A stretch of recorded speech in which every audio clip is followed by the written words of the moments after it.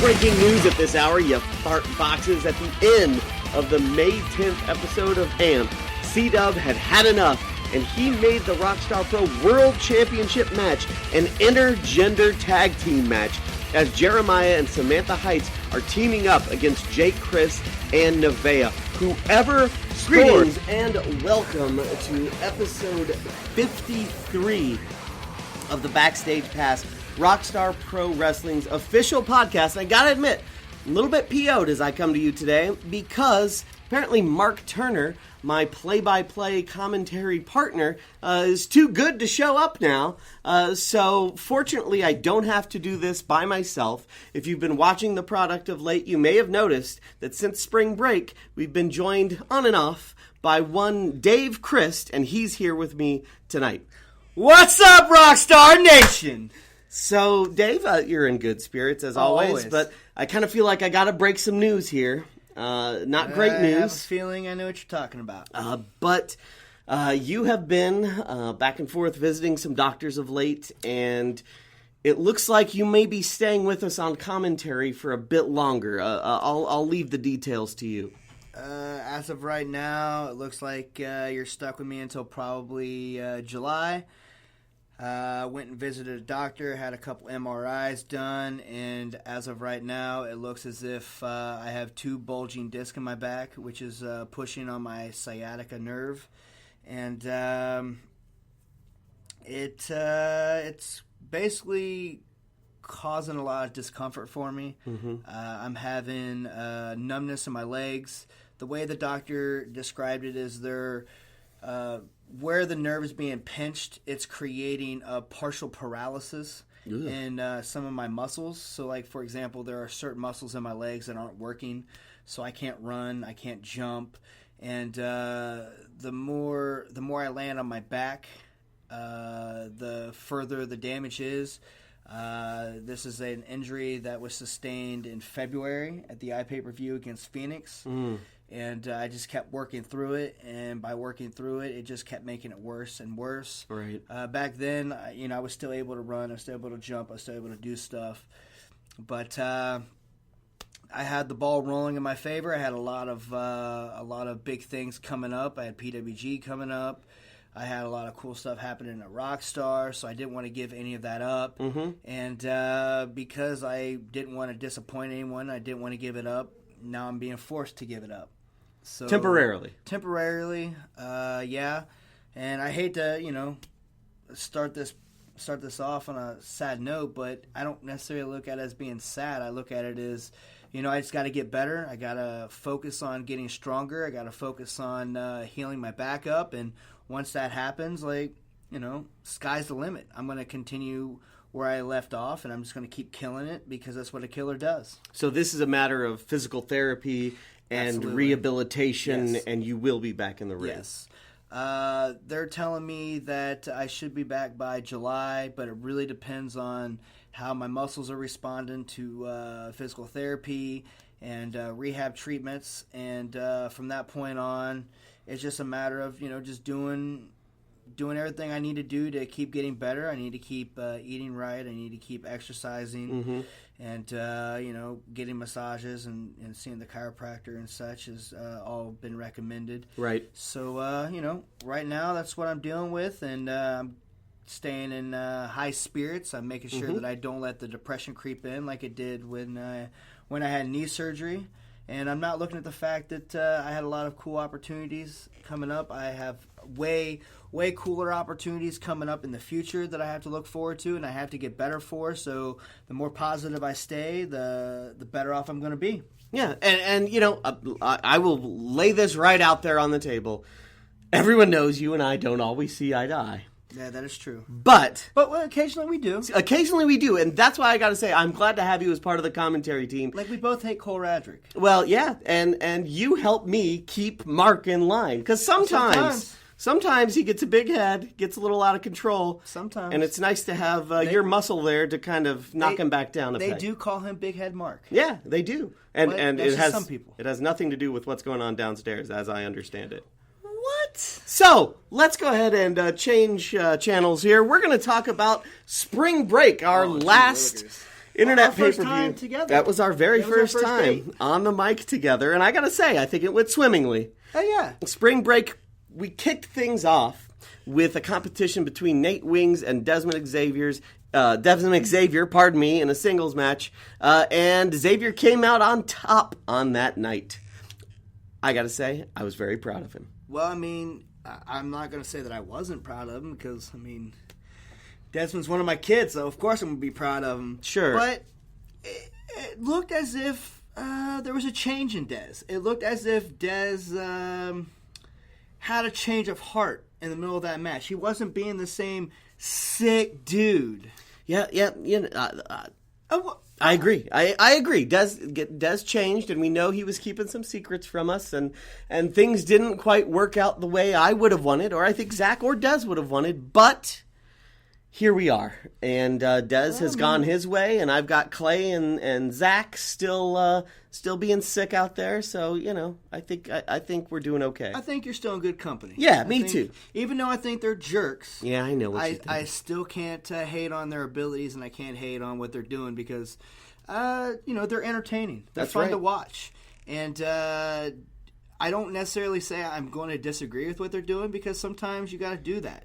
Sometimes you got to do exactly what they're doing, to put the ball in your court. Yeah. To make yourself the center of attention. And that's exactly what they're doing. And they're doing it well. See, sometimes, listeners, Dave, Crist, and I do agree. Well, here's the thing. I'm not going to be one of those guys that's, I'm supposed to be a good guy. I'm going to hate the bad guys. No, I'm like, do I agree with what they're doing? No. Do I agree with how they did what they did? No. I think they're jerks, especially since they stabbed me in the back. But on the same token, did they really stab me in the back, or did they just try to take leadership? Like, I don't hate on that. Like, I was one of those guys early in my career where I was at, I had to stab the veterans in the back to get what I wanted. And that's all they're doing. It's, Well, if you don't, classic. no one's going to give you anything 100%. In this business. And that's why I don't hate on them. All right. Well, speaking of people, well, I don't know if they hate, but they certainly act like they hate everyone. Night Riders defeated the trio of Cole Radrick, Myron Reed, and Daniel Winchester. That was just a massacre, I thought. Yeah, Cole Radrick had his first burst of creativity in the match. Yeah, he had a moment. It didn't last long. He had a moment. It did not last long. Anyone that steps foot in the ring with the Night Riders are pretty much getting destroyed at this point. The Night Riders have a vengeance against everyone. Yeah. They have no friends. Everyone's foe. And that's just the way it goes. Yeah, they love violence, plain and simple. They are three violent dudes. So this is painful for me to discuss, but we also had a scramble match. Was that contested under John Murray Pro Rules? You love those. No, I don't. They're your favorite. But in that match, one of the entrants was the Invisible Man. And how amazing was he? Oh, just killer. Yeah, he rarely took a move. I don't think he took a move until the very end of that match when John Murray pinned him. But he was cleaning house. He was kicking ass, and then John Murray puts on those damn goggles. He can see the Invisible Man. Thumb goes in the bum. There's the pin. John Murray became the Iron Man heavy metal weight champion. But I will say that I was having a hard time seeing him, but you were seeing him very clearly with your glasses on, and John Murray happened to have very similar glasses to you. So did you happen to have, the same style glasses Murray had that he could see with? I'm sure he... So you had the up. I imagine he found out where I got these. I don't know how, but I'm sure Murray has his connections, and he got a pair of my glasses. I was wondering why you were able to see things that I wasn't able to see, and you were one step ahead of me during that match. Like I was like, you know what, I got to give props to Bork. He's doing some things right now. See? But really, if I would have had those glasses, I would have seen the same thing. Yeah, but you didn't. I did.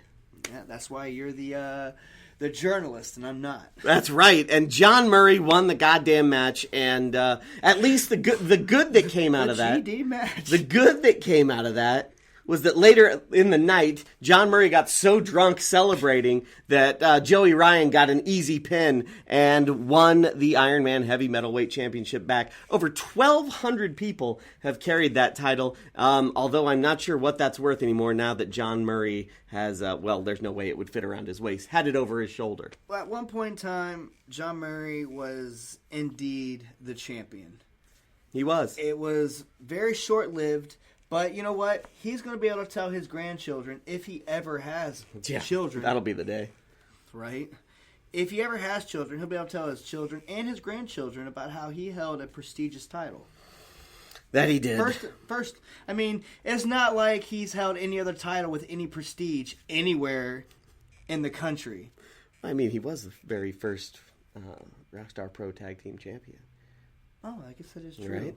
But Has those titles traveled the country? No, I can't say that they have. So I mean, yes, prestigious and Rockstar, but it's not like it's the heavyweight metal champion. Heavy metalweight championship. I know it's tough to say. But speaking of Joey Ryan, I mean, we are. What? Rockstar? We are Rockstar. I know. But speaking of Joey Ryan, he took on Samantha Heights, who actually defeated him. I thought that the Dong was just going to dominate Samantha Heights, but I gotta say, she took Joey Ryan to school. I'll be honest with you. From what I hear, Samantha Heights controls a lot of Dong. Oh. And she's the master of the Dong, wow. if you will. Okay. Not his Dong in particular, but a couple Dongs. Maybe Rockstar Pro World Champion Dong? I mean, she's controlling that Dong right now. Yeah, that's... Not to give away anything. No, I mean, it's clear. Look at the way they look at each other when they're in the ring. Weird. They're like sticking their tongues down one another's throats. It's so creepy. Blech! Moving on from that unpleasantness, we had an American... But it was an amazing match, though. Oh, it was a great match. Skip it. I mean, it was a fantastic match, and it was an amazing showcase of what that woman athlete can actually do, and Joey Ryan is just a master of what he does. Oh, yeah. Nobody entertains quite like Ryan. And when he asked for her to touch it, and she willingly wanted to, it kind of creeped him out a little bit. Oh, I don't think he was ready. Totally threw him off his game. And I didn't mean to backtrack. Oh, no, it's fine. I didn't want to skip that match like it was an afterthought. You're right. Well done. See, that's why we get you here. Mark wouldn't have done that. I mean, it was not an afterbirth match. No, it was not. So, in the American LuchaCore Championship match... Holy crap. Trey Miguel defended his title against Tim Donst and retained. Yeah, how... Like, Trey Miguel, like we were saying on commentary that night, Trey Miguel is just... He's upped his game tenfold. Yeah, it's clicked for him. He's starting to really make a name for himself all over the country. And as a matter of fact, the young man just booked his first tour of Mexico. So impressive. His stock is going up. His confidence is going up. And, who knows where this kid's going to go? Who knows, what's going to happen next for this kid? Well, I mean, all I have to say is let's just hope all this success doesn't go to his head. Because the one thing he doesn't need is an even bigger ego. I don't think he really has an ego. I think he stays humble. You think? I think he sits there and just stays humble. Well, you definitely interact with Trey more than I get an opportunity to. Probably, just a little. So in other championship action, we had the tag team championships defended by the Ugly Ducklings as they defeated the Foundation. I feel as if the Foundation just aren't on the same page a lot of the times. Yeah? Like, they are, but I don't feel like they are. I mean, do you really feel like they're on 100% the same page all the time? Because it seems as if sometimes Bruce is thinking one thing, Mathis is thinking another thing, and Sid's just trying to figure out where he's going to sleep that night. Well, I think they all know their roles, honestly. I think Sid knows that, he gets thrown out there first, that, sometimes he's got to be that sacrificial lamb. I think Bruce knows that he's kind of the equivalent of the contact hitter, right? Yeah. Whereas Mathis knows that he's the power, right? He can go in and finish the job. So I think they're on the same page, personally. I think they always have each other's backs. Well, I just think backs 100%. I just think that they've been facing off against Ugly Ducklings for one thing, That's a hell of a team. They're tag team champions. And now they're in this feud, this blood feud with Knight Riders. I just think they're facing the best of the best when it comes to tag teams here in Rockstar Pro. And that may be why you're interpreting it this way. No, I agree, but I'm just saying from a tag team specialist standpoint, even if you're one step behind your tag team partner, that could, spell disaster for you. That's a good point. And I think it's got to be tough when you're in a 3-man group like that. Absolutely. How do you Being know a guy that's in a 3-man group currently, I know exactly what you're talking about. You don't know necessarily. I don't know. I don't know how this works. Which of your 2 tag team partners you're going to be teaming with at that moment. There's got to be different chemistry with each partner. But the thing is like that isn't against you. That's for you because that's more of an advantage. Oh, because your opponent doesn't know who's coming? Your opponent doesn't know who's coming. That's fair. So, nevertheless, my favorite match is coming up. Oh, God. Do we have to talk about this? We do have to talk about this. All right. How many tables did Sammy put him through? Too many. It was a boards match. It was so good. Between Sami Callihan and Zachary Wentz. And it was as violent as they get. That was 100%. A nasty, brutal match. Yeah. I mean, right off the get-go, Sammy just, boom, Zach threw a board. Zach threw another board. 3 right in a row? 3 in a row. And then Zach turned things around for a little bit, got the momentum behind him. And then Sammy. The worldwide desperado. You got to give Zach credit for hanging in as long as he did. Do. Because 100%. Sami Callihan was on a tear that night. And he still is. Yeah. But Zach's on a tear too. Right now he's in England just killing it. That's right. And just think about how awkward that has to be. Zachary Wentz traveling in the UK with Desmond Xavier. We know these two, I heard that they had to have separate rooms. Did they? Yeah. That doesn't surprise me at all. I heard that Dez refused to room with Zachary. Of course it would be Dez's decision. But let's move on. In our World Championship match, the Rockstar Pro World Champion Jeremiah defended his title against your brother, the artist Jake Crist. I'm sure you have some things to say about that match. I really don't. Really? Nope. Okay, A lot of twists and turns. I did not see it coming. Well, we'll just say Jeremiah defeated Jake Crist cleanly. Can you say that? I can. This is your former best friend.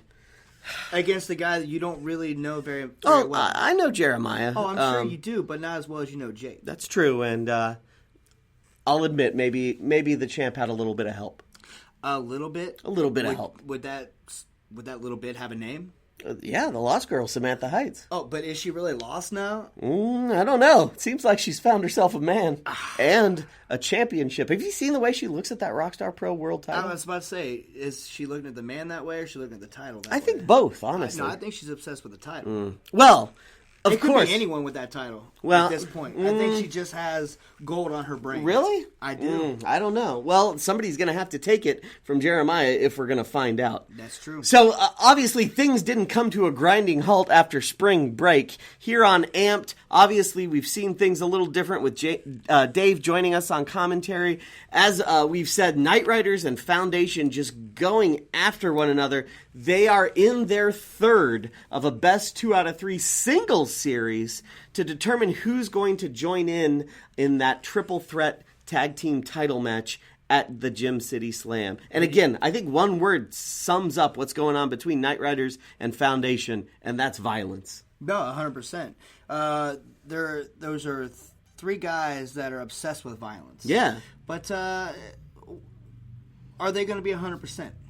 I don't know. I feel like these matches that they're having with the Foundation, they almost invariably break down into brawls. Absolutely. I don't think either team can be at 100%. We know that Bruce Gray got injured last week. He did. With a dislocated shoulder. So I got to say, even though I prefer... My friends are the Foundation. I don't know if they'd claim me as a friend, but I think they do. I'll call them that. As a jerk. Well, that's what I heard. Nevertheless, I mean, you're my friend. Well, thank you, but you're their jerk. I got to give it to Knight Riders just because Bruce is not at 100%. 100%. Yeah, you're right. Like if you got that one little dent in your armor, that could be disastrous all the way around. All it takes is one pin coming out. It's true. And it's just like a watch. you take one cog out, nothing works. And who knows, maybe that was the cog that is going to break the watch. That's a fair point, for sure. And speaking of some multi-man groups here, we've seen increasing tensions between Kyle Maverick and Nate Wings as Maverick returns after his injury. These two, they just can't get a win and they can't get on the same page. I feel like maybe Nate's frustrated because all of the spotlight is being put on Maverick when he was the one holding the fort down. He was the one that was actually here. He was the one who, let's face it, put his life on the line. After DJ Hyde injured Kyle Maverick, the next pay-per-view, Nate Wings is like, all right, get me in there. I want absolutely. DJ. And DJ cleaned his clock. But... Oh, he absolutely did. But, it's one of those things where you didn't see Maverick for a while. He didn't seem like he was interested in what Nate Wings was doing. He wasn't in his corner very often. It's true. So I can see why Nate was in limbo, if you will. Yeah. He didn't quite know what to expect. And I think it's one of those things where, at the end of the day, if I had to pick a blame, it would be Kyle Maverick at blame, because when you're in a tag team, your tag team partner is, looking at you for support. He is there. And, seeing Nate going out there and killing it and going out there and being killed by DJ Hyde. Yeah. In the name of Kyle Maverick and Kyle Maverick not necessarily having his back, I can understand why he's upset. Yeah. Well, trouble in paradise at the very least there. Absolutely.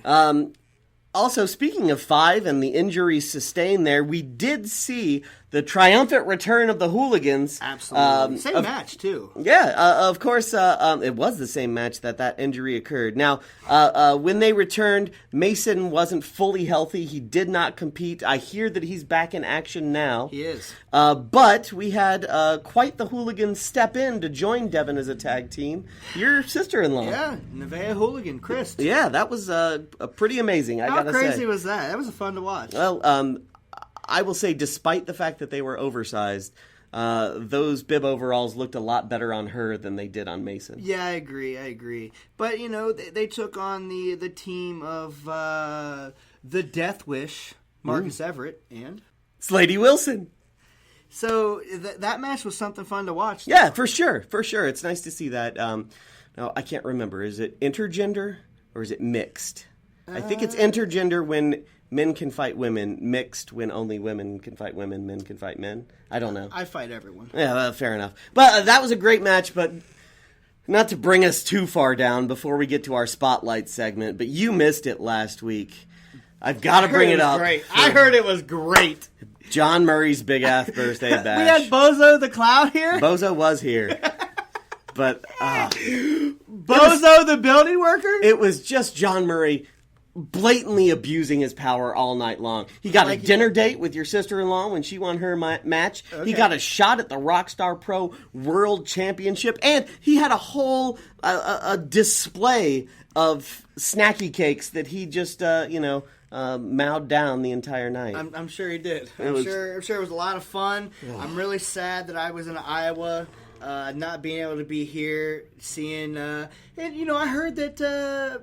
you enjoyed yourself. Secretively, you enjoyed yourself. I think secretively you enjoy John Murray. What? You're just so deep in hatred with him that, you can't come back from it now. You're right, I can't, and I never will. So let's move on. We're going to get to the spotlight. I think we're being joined by one of our young up-and-comers in Rockstar Pro. A good lad. A talented young man. We're going to speak with Daniel Winchester.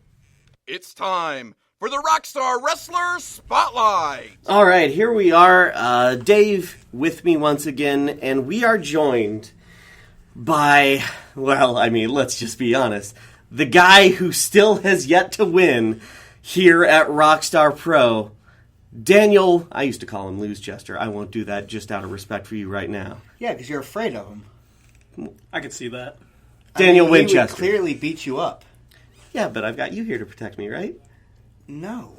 I'm going to have his back over yours. You make fun of me all the time. Well, not when you're sitting next to me. 100%. That's the whole point. You're a coward. But this isn't about me and you arguing. No. This is about... Because this is what it always happens. It always happens when me and you argue. Let's talk about Winchester. That's right. So, Daniel Winchester, he's going to be in the Gym City Rumble coming up this Friday. And Well, let's start with something that's kind of been bugging me. I've noticed of late, JP has been introducing you as the Dream Daniel Winchester. What's the dream all about? Doesn't seem like a very good dream to me. Oh, well, being the dream, everyone has a dream. Right now, I dream of achieving all my goals. That's how it's always been since I was young. Mm-hmm. And I have a lot of goals. I set goals. I'm a goal-oriented person. But one of my most recent and most obsessed about goal is getting that first win here at Rockstar. Well, maybe that's why you're not achieving that goal. Maybe you got to stop thinking about getting that first win and just going out there and just doing it. Because, like, in professional wrestling, the more you think about something, the more it eludes you. You just got to go out there and be in control of your own destiny. And being obsessed with something is not something that's going to help you win.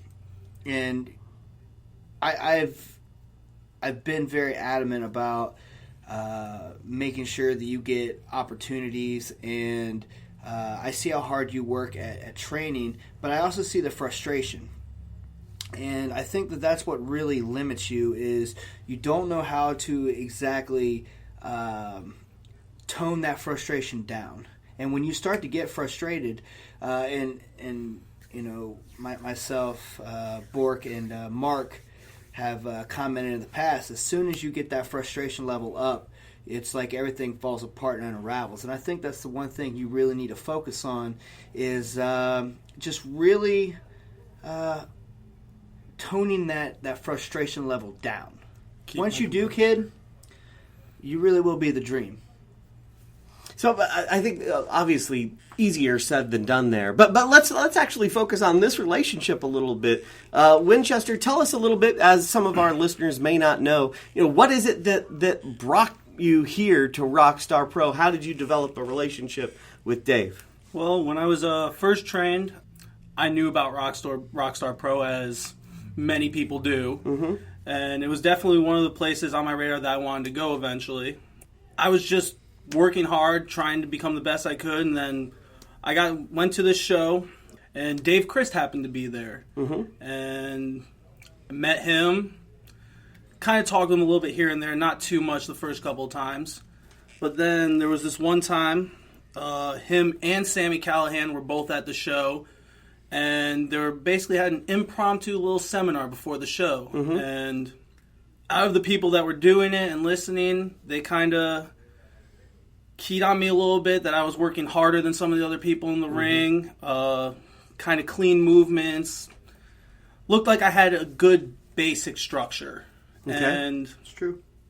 I got offered to come down, train, and help hone my craft, get better. And it took me about a month to figure out how I was going to do that, because at the time I lived about 2.5, 3 hours away. Mm-hmm. Once I was able to get the money, make it feasible, I started coming down every week to train, help out, do everything I could to be able to come down and get better, to learn from Dave Crist and Sami Callihan, guys who I've looked up to since I started, before they even knew who or what Daniel Winchester was. So, please. I would say that Winchester was fortunate enough to be trained by one of my best friends in wrestling, and I took a liking to Daniel because he just had that thing. He just had that it, Mm-hmm. and he doesn't quite understand what it is yet. But someday he will see the potential that he has, and once he does, he's going to be amongst those people like Zachary Wentz and Desmond Xavier, Trey Miguel. That's high praise. It is, but the thing is I know with his work ethic, he could be there. It's just a matter of him believing in himself. And once again, like, he just has to stop setting his glass ceiling so low. He needs to start breaking through that, and he needs to start understanding that he has what it takes to truly do what he wants to do. It's just a matter of him just going out there and just doing it. Now, you've spoken, I think, at length about Daniel here's work ethic before, but I want to talk a little bit about going back before that. You talked about having a certain smoothness to your moves.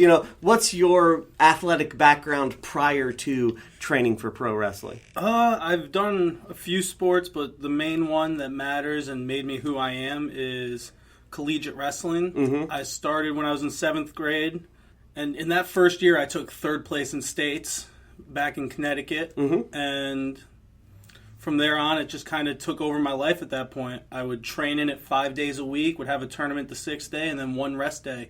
And I did that from 7th grade for about 8 to 10 years, and just consistently just kept training. At the high school level, I was a multi-time All-American, mm-hmm. and then at the college level, unfortunately, there was some things that happened that I wound up stepping away. Some factors are uncontrollable, and right. That's what it is. Just lots of amateur, just that wrestling background, just mm-hmm. being able to that, and then a little bit of MMA, because when I stopped doing that, I dabbled in MMA a little bit.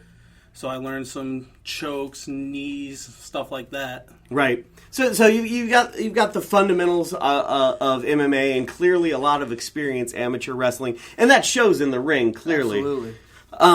But as Dave said, you're winless. I'm sorry to keep. Well, I don't think I said he was winless. Well, you said he needed a breakthrough. Yeah, he needed to stop being frustrated. And I think there's no better opportunity for every single person on this roster to have a breakthrough match than the Gym City Rumble. Oh, absolutely. So tell us, Daniel, well, first of all, what your strategy is going into a match like this, because, hell, it's you and, dozens of other competitors. For a match like this, there's no one strategy you can think of, because there's so many different people, different personalities, different styles that are going to be there. Mm-hmm. And you don't know who's going to be in the ring at the same time as you. So the real thing I got to look at is kind of look at ones of the past and see how those winners survived marathon is more of what it is. It's not a sprint. It is a marathon. Good point. And kind of see how they survived it and figure out how to use what they used to my advantage in my own style to get through. It's like you've been trained by me or something. It's like you come to training all the time, because this sounds like something that I said. And just throw a little bit insight to further expand on what he's saying. The best strategy is to have no strategy. Yeah. Because like he said, you don't know who's going to be in there at what time. So if you go in there with a clean slate, with no strategy, and just keep your head on a swivel, that's what's going to help you be successful in a match like this. And I think that with Daniel Winchester's ability as far as collegiate wrestling goes, he understands to keep his weight low. And that's really the strategy, is to keep your weight low so your opponents can't toss you out. Yeah, I'm always blown away by guys who are going to climb up on the turnbuckle in a Rumble match. I bet you I don't do that. I bet you don't. Unnecessary risk. No, I don't. So, yeah, as you said, an unnecessary risk. And God, I hate to think I'm actually going to compliment you, but Dave, is it the fact that Winchester just listens when he's given advice? Because that's what it sounds like to me. 100%. There's some advice that he doesn't understand yet, and there's some advice that he takes and he excels above and beyond. Mm-hmm. The main advice I keep giving him week after week is just calm down. Yeah. Just stay the course. And I know that doesn't make sense, but it's going to be there for you when it's time for you to be there. You have to be there mentally, and you have to be there physically. And with you being so young, you're just so quick to not think about a move like going to the top rope. You're so quick not to think about something and just go full head of steam. In a match like this, the less amount of running or climbing you do, the less of an opportunity you have to get thrown out. If you're running full head of steam at somebody and they sidestep you and throw you straight over, well, whose fault was that? All that momentum. That's your momentum, exactly. If you do something on a regular basis where, by instinct you go to the top rope and you get tossed off, is that really your fault? No, you're going off instincts. Right. This is where you have to put your instincts on the back burner and just think about situational things. Mm-hmm. And I know that sounds really weird to hear someone say, yeah, just put your instincts on the back burner. But there are instinctual things that you do in every single match that you do because that's your bread and butter that may hurt you. Like, Zachary Wentz got eliminated going to the top rope, I believe. Yeah, and I think so. That's what he does. That's his bread and butter. Right. So the minute he went up there, he got eliminated. And, how many other high flyers have you seen throughout the history of wrestling get eliminated from a battle royal because they do what's instinctual to them? So at that point in time, you got to stop going off instinct and just go off of what's best for the situation at hand. Because what if you get in there with a guy that's 300 pounds? John Murray. I mean, think about John Murray at the last Rumble, right? At the time, he and I were on good terms, and I gotta admit, it was a brilliant strategy. He just sat down right in the middle of the ring, period. And for a man his size, that's a pretty great move in an elimination match. Man to try and Who's move. going to dead weight him up? Exactly. That was a big man to try and move. So and, that's there are other strategies too. Like if you think about it, everyone wants to be the guy who throws everyone out and wins. But what if you're the guy who rolls under the bottom rope and just chills? Just hangs out and just steals that victory. I think is that really cheap? We can agree that sometimes, especially in Rumble matches, discretion is the better part of valor. Oh, 100%. 100%. So what would that mean to you, Winchester? Against all odds, were you to actually come out on top in the Gym City Rumble? Do you mind if I ask you a question? Please. Is this against all odds, or is he the type of guy that people are kind of banking on winning this because he is winless and he has nothing to lose? I'm trying to look at it from both sides of the fence. Oh, I get that for sure. But, from my perspective, it's just a matter of, hey, prove yourself, right? You talk about your goals. If you want to come out and tell us that, you're getting better and better, you got to get that win. But from my point of view, he has nothing to lose and nothing to prove. Everyone automatically assumes that he's going to lose. There's that as well. So, Daniel Winchester. As the two of you, I think I see you lock eyes. It makes me think back to late last year, probably around October-ish 2016, when you were Rockstar Pro World Champion, Dave. Oh, wow. You had a match with this young man, Daniel Winchester, and I gotta say, it was the best performance I've seen from him. Oh, he rocked me right off the rip. That he did. I kicked him in the face. I thought he was done at that point because I did not come into it thinking, I came into it thinking, if this is the same kid that comes into training each week, he's not going to expect me kicking him in the face. Right. So the minute I kicked him in the face, I hit that rope, and he tossed me up so high, and he gave me that knee to the face. That rocked me. Mm-hmm. I thought I might have been done right then and there. Have you ever been hit so hard that everything just kind of goes blurry and you can't hear? It just sounds like a ringing in your ear. That's exactly what I felt at that moment in time. And as I'm seeing the referee go down for the 1, and then I'm starting to come to, I see him go for the 2. Instinctively,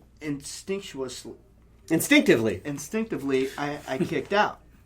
Sorry, I have a lot of built-up saliva in my mouth right now. It's okay. I'm salivating at the thought of just him getting that win.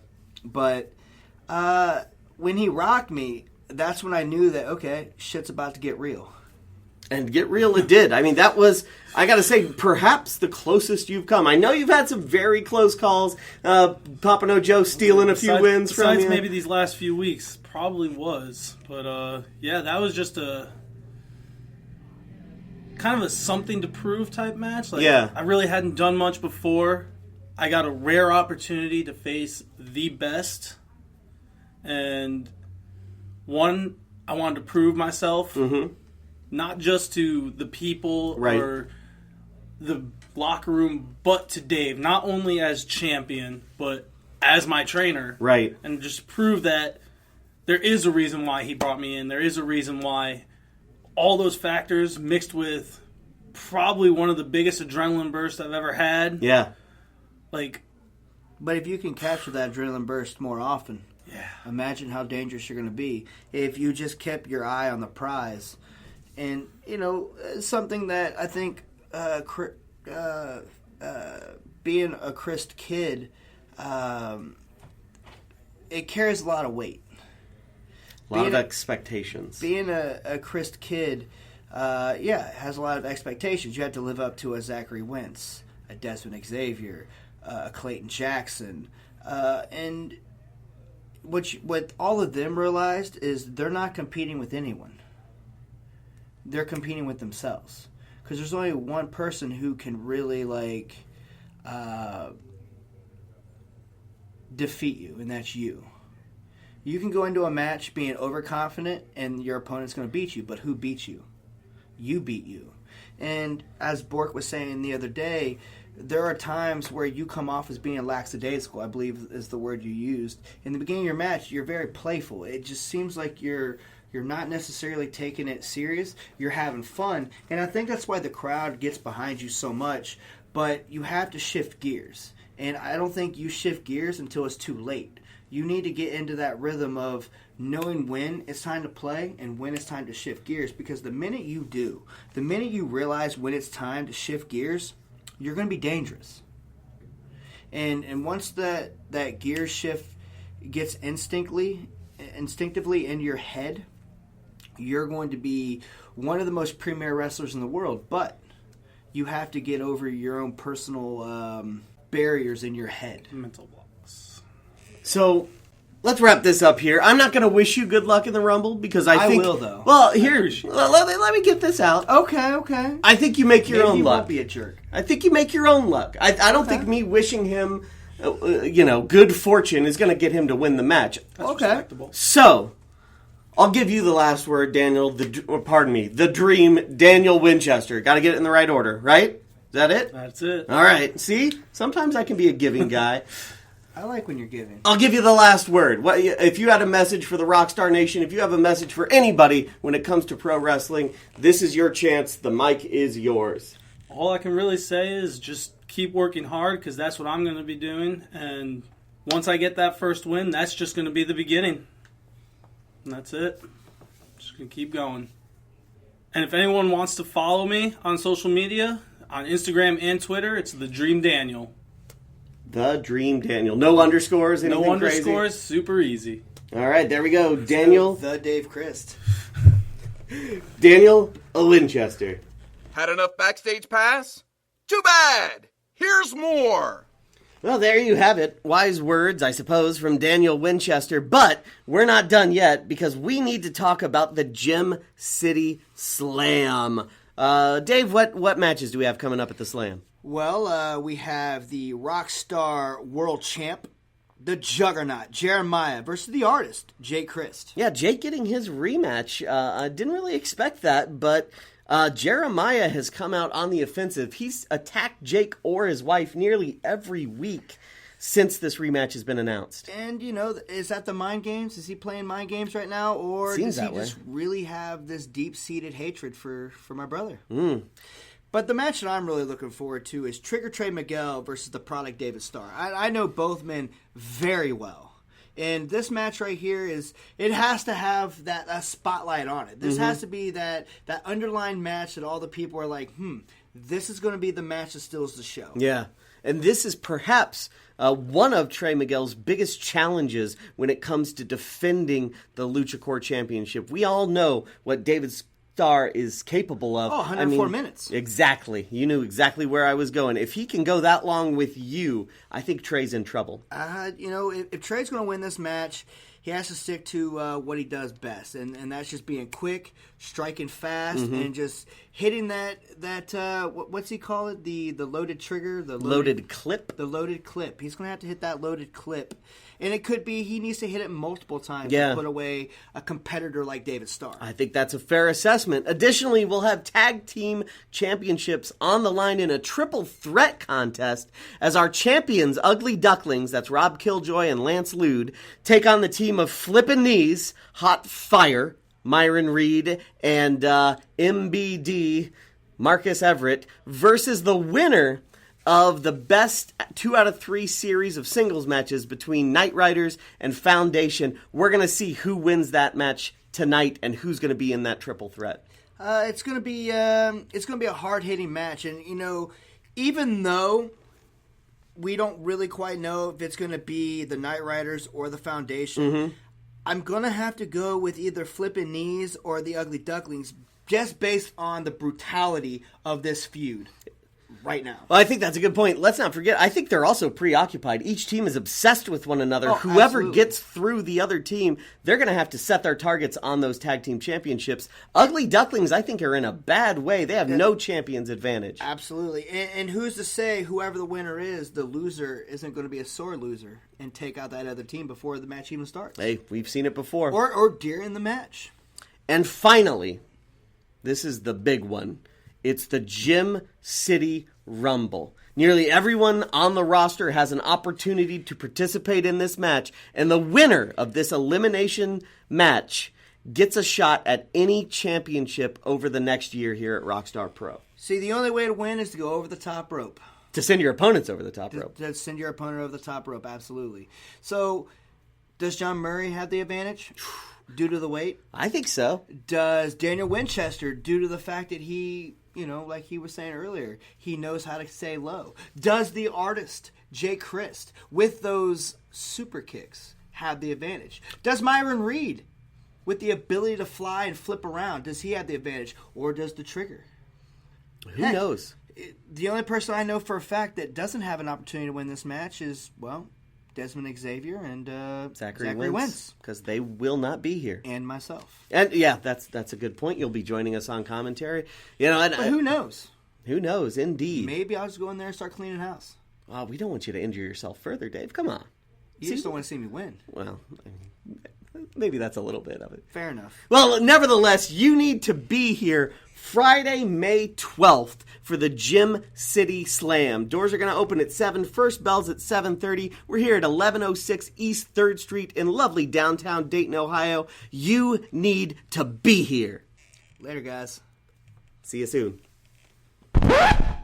Breaking news at this hour, you fart boxes. At the end of the May 10th episode of Amped, C-Dub had had enough, and he made the Rockstar Pro World Championship match an intergender tag team match, as Jeremiah and Samantha Heights are teaming up against Jake Crist and Nevaeh. Whoever scores the pinfall or submission will win the Rockstar Pro World Championship. It could be Jake Crist, it could be Nevaeh, it could be Samantha Heights, or Jeremiah could retain. Be there at the Gym City Slam. That's all for this episode. Be sure to come back for another edition of Backstage Pass, Rockstar Pro Wrestling's official podcast.